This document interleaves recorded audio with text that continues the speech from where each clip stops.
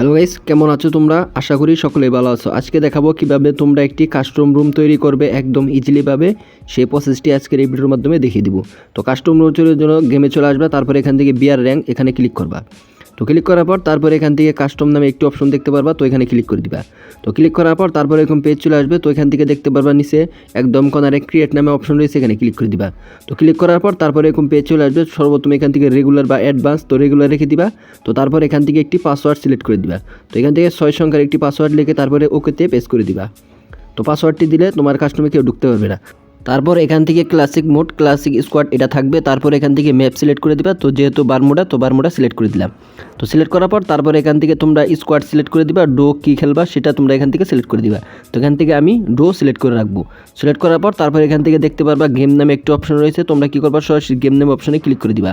তারপর এখান থেকে তোমরা কাস্টম কয় রাউন্ড খেলতে চাও সে রাউন্ড সিলেক্ট করে দিবে। তো এখান থেকে 7 রাউন্ড হলে 13 সিলেক্ট করে দিবে। সিলেক্ট করার পর তারপর এখান থেকে তোমরা কয়েনটা সিলেক্ট করে দিবা। তো কয়েন সিলেক্ট করার জন্য এখান থেকে তোমরা সিলেক্ট করে দিবা 9950 কয়েন সিলেক্ট করে দিবা। তো সিলেক্ট করার পর তারপর এখান থেকে একটু নিচের দিকে চলে আসবা।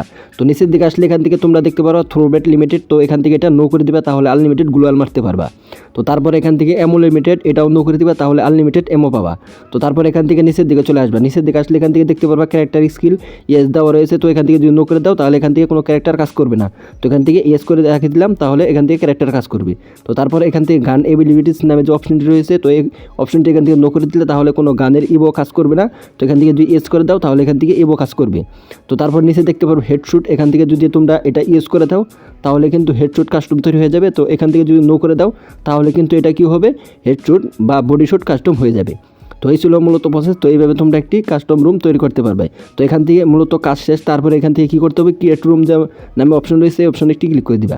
তো ক্লিক করার পর তারপরে এখান থেকে তোমাদের সরাসরি এরকম অপশন নিয়ে আসবে। তারপর এখান থেকে ইনভাইট ফ্রেন্ডস, তোমাদের বন্ধু দেখে ইনভাইট করবে। ইনভাইট করার পর তারপর এখান থেকে কাস্টমটি স্টার্ট করে দিবে। তো এখান থেকে দেখতে পাচ্ছ কাস্টমটি কিন্তু স্টার্ট হয়ে গেছে। তো এখান থেকে সমস্ত গান কিন্তু এখান থেকে দিয়ে দিয়েছে। তো তোমাদেরকে আমি এক রাউন্ড খেলে দেখিয়ে দিচ্ছি।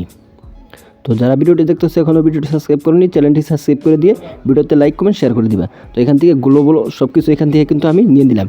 নেওয়ার পর এখান থেকে কাস্টমটি কিন্তু স্টার্ট হয়ে গেছে। তো স্টার্ট হওয়ার পর তারপর তোমাদেরকে আমি একটু ওয়েট করো দেখে দিচ্ছি।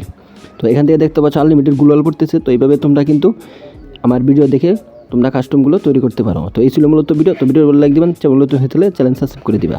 দেখা হবে পরবর্তী ভিডিওতে।